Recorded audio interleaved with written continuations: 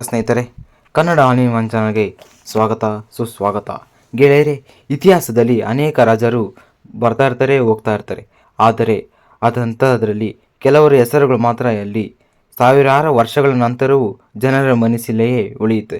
ಅಂತಹದರಲ್ಲಿ ಒಬ್ಬ ಮಹಾನ್ ವ್ಯಕ್ತಿಯಾದ Alexander the great. ಅವರು ಯಾರು? ಅವರು ಒಂದು ದೇಶದ ರಾಜನಲ್ಲ, ಅವರು ಜಗತ್ತನ್ನೇ ಗೆಲ್ಲುವ ಕನಸು ಮಾತ್ರ. ಮತ್ತು ಅವರು ದೊಡ್ಡ ವೀರ ಯೋಧ. ಯುದ್ಧಭೂಮಿಯಲ್ಲಿ ಅವರು ಎಂದಿಗೂ ಸೋಲಲೇ ಇಲ್ಲ. ಬೃಹತ್ ಸಾಮ್ರಾಜ್ಯವನ್ನೇ ನಿರ್ಮಿಸಿದ್ದಾರೆ. ಆದರೆ ಎಲ್ಲರಿಗೂ ಒಂದು ಪ್ರಶ್ನೆ, ಅಂಥ ದೊಡ್ಡ ವೀರ ಸಾಮ್ರಾಜ್ಯವನ್ನು ಸ್ಥಾಪಿಸಿದ್ದ ರಾಜನು, ಜಗತ್ತನ್ನೇ ಗೆಲ್ಲುವ ಮಹಾನ್ ವ್ಯಕ್ತಿ ಕೇವಲ 32 ವಯಸ್ಸಿಗೆ ಹೇಗೆ ಸತ್ತ ಅಂತ ಎಲ್ಲರ ಜನರ ಮನಸ್ಸಿನಲ್ಲಿ ಒಂದು ಉಂಟಾದ ಪ್ರಶ್ನೆ. ಸ್ನೇಹಿತರೆ, ಈ ವಿಡಿಯೋದಲ್ಲಿ ಅಲೆಕ್ಸಾಂಡರ್ ಅಂದರೆ ಯಾರು, ಆತನ ಧೈರ್ಯ, ಶೌರ್ಯ, ಸಾಹಸಗಳನ್ನು ಈ ವಿಡಿಯೋದಲ್ಲಿ ಸಮೇತ ನೋಡೋಣ. ಸ್ನೇಹಿತರೆ, ಅಲೆಕ್ಸಾಂಡರ್ನ ಜನನ ನೋಡ್ಕೊಳ್ಳೋದಾದರೆ ಕ್ರಿಸ್ತಪೂರ್ವ 356ರಲ್ಲಿ ಮೆಸೆಡಿಯನದ ಪೆಲ್ಲಾ ನಗರದಲ್ಲಿ ಅಲೆಕ್ಸಾಂಡರು ಜನಿಸಿದ್ದಾರೆ. ಅವರ ತಂದೆ ಫಿಲಿಪ್ ಆಫ್ ಮ್ಯಾಕಾರ್ಡನ್, ಮೆಸೆಡಿಯನದ ರಾಜನಾಗಿದ್ದ ತಾಯಿ ವಲಿಮ್ಯಾಪಿಯಸ್. ಅಲೆಕ್ಸಾಂಡರ್ ಹುಟ್ಟಿದ ದಿನವೇ ಕೆಲವು ವಿಚಿತ್ರ ಘಟನೆಗಳು ಸಮೇತ ನಡೆದು ಹೋಗ್ತವೆ. ಇತಿಹಾಸ ಹೇಳ್ತಾನೆ ಇರ್ತೈತೆ ವಿಚಿತ್ರ ಘಟನೆಗಳು ನಡೆದು ಅಂತ.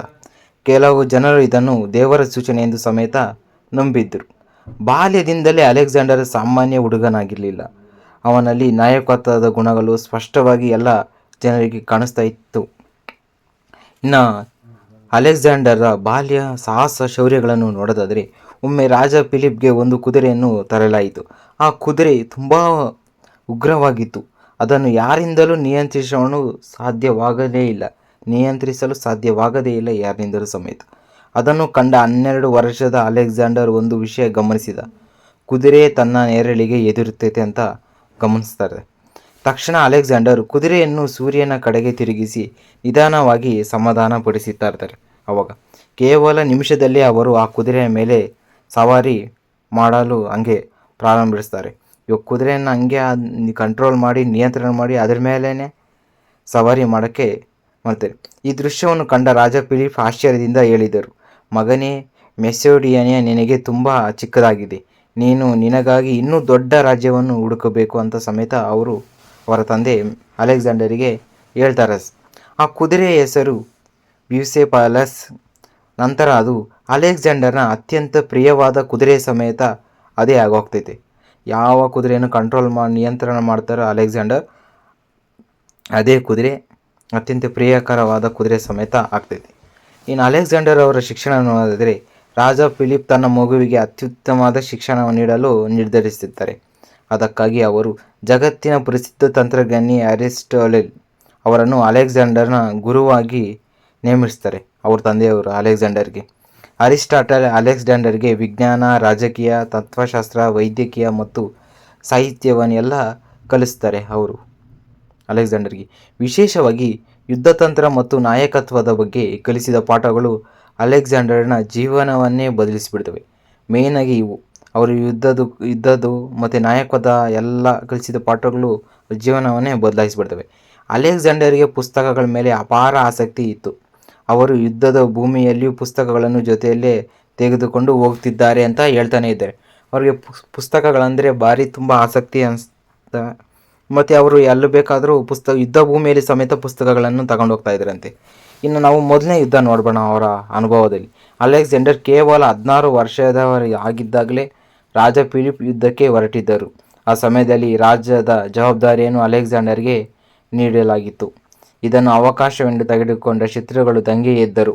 ಇವಾಗ ಸಾಮಾನ್ಯವಾಗಿ ರಾಜ ಇಲ್ಲಾಂದರೆ ಅವಾಗ ಹೆಂಗಿದ್ರು ಇದು ಅವಕಾಶ ಅಂದ್ಕೊಂಡು ಎಲ್ಲ ಶತ್ರುಗಳೆಲ್ಲ ದಂಗೆ ಬಂದುಬಿಡ್ತಾರೆ. ಆದರೆ ಅಲೆಕ್ಸಾಂಡರ್ ಹೆದರಲಿಲ್ಲ. ಅವ್ರು ಮಾತ್ರ ಹೆದರಕ್ಕೆ ಹೋಗಿಲ್ಲ.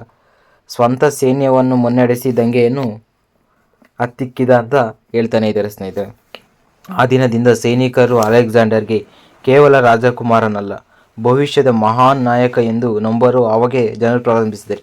ಯಾವಾಗ ತನ್ನ ಕೋಟೆಯನ್ನು ಎಲ್ಲರ ಸಾಮ್ರಾಜ್ಯವನ್ನು ಭದ್ರಪಡಿಸಿಕೊಂಡು ರಕ್ಷಿಸಿದನೋ ಅವಾಗೆ ಜನರಿಗೆ ಎಲ್ಲ ಒಂದು ನಂಬಿಕೆ ಬಂದ್ಬಿಡ್ತೈತೆ, ಇವನು ಮುಂದೆ ನಾಯಕತ್ವ ಗುಣ ಇದೆ ಅಂತ ಹೇಳ್ತಾರೆ. ಸ್ನೇಹಿತರೆ, ಹಂಗೆ ಕ್ರಿಸ್ತಪೂರ್ವ 338ರಲ್ಲಿ ನಡೆದ ಚೆಯೊನೆನ್ ಯುದ್ಧ ಅಲೆಕ್ಸಾಂಡರ್ ಜೀವನದ ಮಹತ್ವ ಘಟ್ಟ. ಆಗ ಅವನು ವಯಸ್ಸು ಕೇವಲ 18 ವರ್ಷ ಮಾತ್ರ ಆಗಿರ್ತದೆ. ಆ ಯುದ್ಧದಲ್ಲಿ ಮೆಸೋಡಿಯನಾದ ಸೈನ್ ಗ್ರೀಸ್ನ ಅನೇಕ ರಾಜ್ಯಗಳ ವಿರುದ್ಧ ಹೋರಾಡ್ತಾರೆ. ಅಲೆಕ್ಸಾಂಡರ್ ತನ್ನ ಕುದುರೆ ಪಡೆಗೆ ಶತ್ರುಗಳ ಮೇಲೆ ಭೀಕರ ದಾಳಿಯನ್ನು ನಡೆಸ್ತಾರೆ. ಅದರ ಕುದುರೆ ಜೊತೆ ಅವ್ರಿಗೆ ಸೋಲೇ ಇಲ್ಲ, ಎಲ್ಲಕ್ಕೆ ಹೋದ್ರೂ ಅಲೆಕ್ಸಾಂಡರ್ಗೆ ಆ ರೀತಿ ದಾಳಿಯನ್ನು ನಡೆಸ್ತಾರೆ.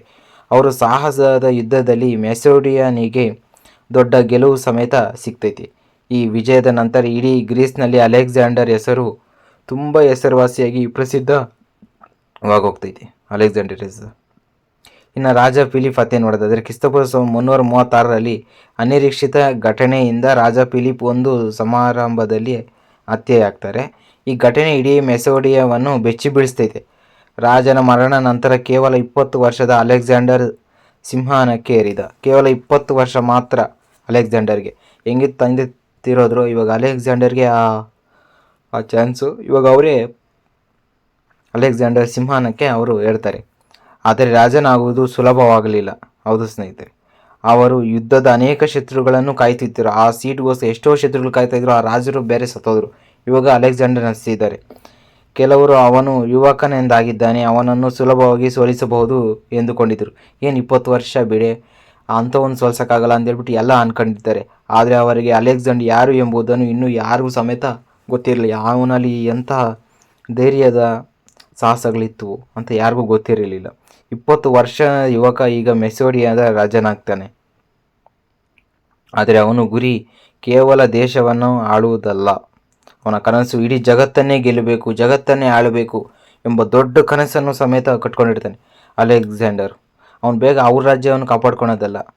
ಸ್ನೇಹಿತರೆ, ಇನ್ನು ಮುಂದಿನ ಭಾಗವನ್ನು ಅಲೆಕ್ಸಾಂಡರ್ ಹೇಗೆ ತನ್ನ ಮೊದಲ ಮಹಾ ವಿಜಯಯಾತ್ರೆಯನ್ನು ಆರಂಭಿಸಿದ, ಹೇಗೆ ಪರ್ಷಿಯನ್ ಸಾಮ್ರಾಜ್ಯವನ್ನು ಸವಾಲು ಹಾಕಿದ ಮತ್ತು ಇತಿಹಾಸ ಅತ್ಯಂತ ಭಯಾನಕ ಯುದ್ಧಗಳು ಹೆಂಗೆ ಗೆದ್ದು ಬಂದ ಎಂಬುದನ್ನು ಪಾರ್ಟ್ 2 ವಿಡಿಯೋದಲ್ಲಿ ನೋಡೋಣ ಸ್ನೇಹಿತರೆ.